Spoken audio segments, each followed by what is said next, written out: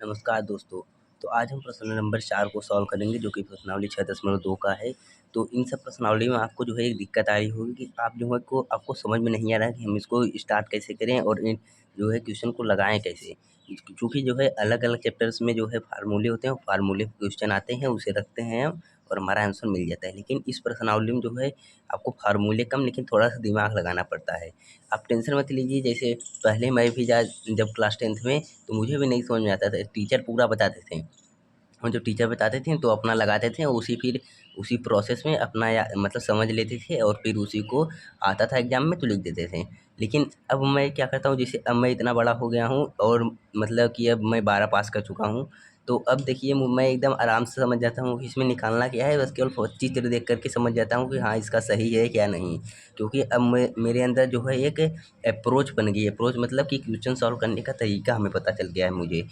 और जो कि आपको भी धीरे-धीरे पता चल जाएगा बिल्कुल। लेकिन अभी जो ज़रूरी है वो आपको क्वेश्चन करना ज़रूरी है, यानी कि आप जो है वीडियो को देखें और अपने जो है कॉन्सेप्ट को सीखें और अप्लाई करें उसे। तो यहाँ पर जो है प्रश्न नंबर 4 दिया गया है, डी समांतर AC है और DF समांतर AE है और सिद्ध करना है कि BF/FE इक्वल टू BE/EC और ये चित्र हमें दिया हुआ है।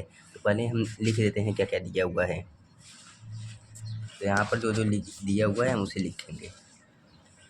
तो हमें दिया हुआ है DE समांतर AC और DF समांतर AE और प्रूफ क्या करना है, BF/FI इक्वल टू BE/EC। ठीक, और हमें चित्र कुछ इस प्रकार से दिया हुआ है।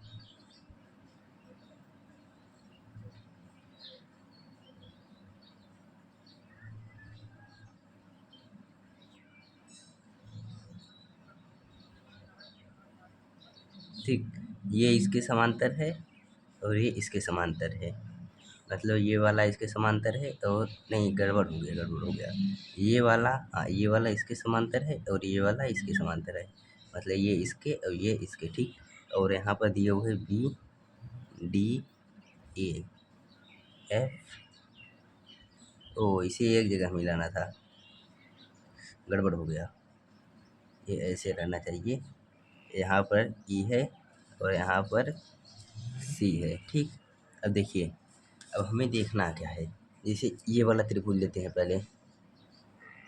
ये वाला त्रिभुज देखिए दोस्तों, ये वाला त्रिभुज, इस त्रिभुज में क्या दिया है, DF समांतर AE समांतर DF, यही दिया है, DF समांतर AE, DF जो है समांतर AE है।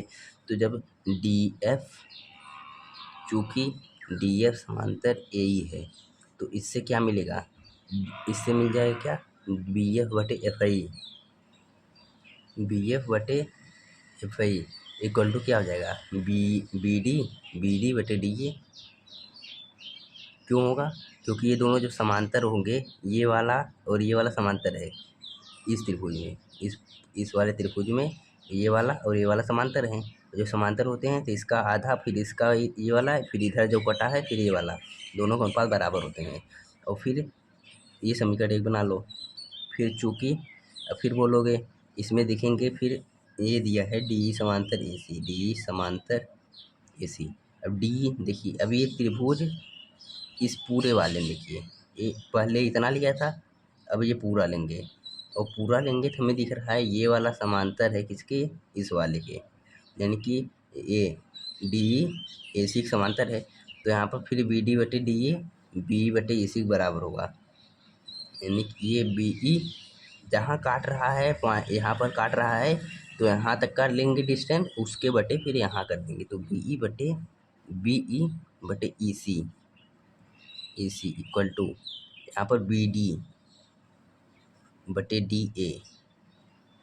इतना अगर आपको समझ में आ रहा है तो आराम से क्वेश्चन कर लेंगे। ये समीकरण आपका 2 हो गया। अब देखिए समीकरण 1 हुआ 2 से, तो समीकरण 1 व 2 से देखिए, यहाँ पर ये BD/DA था, DA था यहाँ पर। तो देखिए समीकरण 2 में देखिए राइट वाला बराबर है तो लेफ्ट वाला भी बराबर हो गया। राइट वाला यहाँ पर देखिए RHS, यानी कि राइट वाला इधर भी BD/DA है इधर भी BD/DA है। जब कोई इधर इधर का बराबर होता है तो इधर वाला अपने आप बराबर हो जाता है। तो यहाँ पर समीकरण 1 2 से क्या होगा, BF/FI इक्वल टू BE/EC, जो कि हमें इसे प्रूव करना था। यहाँ पर देखिए ये वाला BA/FI BE/EC और हमारा ये प्रूफ हो गया। मतलब आपको करना क्या था कि वो दो समांतर दिया था, बस उसे तोड़कर जो है इसके बटे के वाले के रूप में लिखना था। इसमें प्रमेय कौन सा यूज आया, प्रमेय 6.1 में हमने यूज किया। एक बार अगर आपको न समझ में आया हो तो एक बार मैं फिर से एक बड़ा फिगर बना देता हूँ और आई होप कि इस बार आप तो समझ ही जाएंगे। ठीक कुछ इस प्रकार सा है।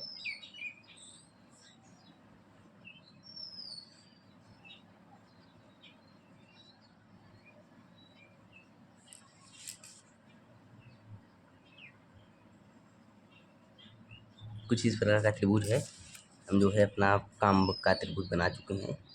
ये बी है, ये ए है, ये सी है और ये डी है, ये एफ है, ये ई है। अब देखिए हमें क्वेश्चन में क्या दिया है, पहले क्वेश्चन मतलब कि जब डी एफ समांतर ए ई दिया है, यानी कि ये इसके समांतर डी एफ समांतर ए ई, तो एक अलग त्रिभुज बनाए कुछ इस प्रकार का। तो ये बी हो जाएगा और ये ए हो जाएगा और ये ई हो जाएगा और देखिए यहाँ तक का ले रहे हैं हम। ठीक, तो ये ए ई हो गया और ये बी हो गया, बीच में ये डी एफ खींचा है, यहाँ डी एफ खींचा है। ठीक, ये वाला लाइन खींचा है यहाँ पर और ये समांतर है। अब ये समांतर है तो समांतर होगा तो क्या होगा, BA/FI होगा, BA/FI होगा, BD/DA होगा, BD/DA होगा।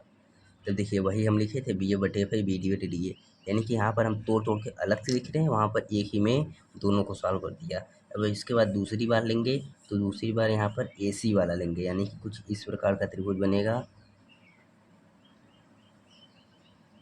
यहाँ पर ए रहेगा, इस बार AC, ये पूरा बड़ा त्रिभुज लेंगे ये वाला।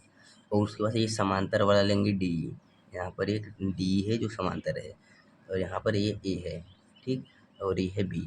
अब क्या करेंगे, अब फिर BD/DA करेंगे वही त्रिभुज से, क्योंकि ये दोनों समांतर हैं, ये समांतर इसके है। तो यहाँ BD/DA equal to BE/EC, BE/EC। अब देखिए वही वाला फिर किए थे BD/DA BE/EC, बस दोनों समीकरण को जो है तुलना किया तो यहाँ पर ये वाला आंसर आ गया। तो आई होप कि आपको मैंने अब 2 बार समझा दिया है, एक नए चीज़ से अलग अलग भी करके समझा दिया है, तो आप क्वेश्चन को अवश्य ही समझ चुके होंगे। और आपको करना क्या है, आपको सेम टू सेम आपको कॉपी में से लिखना है और 1 2 बार अपने मन से सॉल्व करना है। और अगर आपसे मन से जब सॉल्व हो जाए तो बस आप जान लीजिए कि अब क्वेश्चन आएगा तो आप कर लेंगे। जब तक आप जो है हिंट नहीं लेंगे, यानी कि यहाँ से आपको अब फिर से जैसे आप यहाँ से कि सॉल्यूशन देख लेना, अब आपको जो है अब फिर से सॉल्यूशन नहीं देखना है। अपना रफ कॉपी उठाइए और उस क्वेश्चन को फिर से लगाइए और अपने मन से लगाइए और सोचिए, उसके बाद कर दीजिए और उसके बाद फिर आपका जो है ये प्रश्न क्लियर हो जाएगा। तो चलिए मिलते हैं नेक्स्ट वीडियो में, तब तक के लिए धन्यवाद।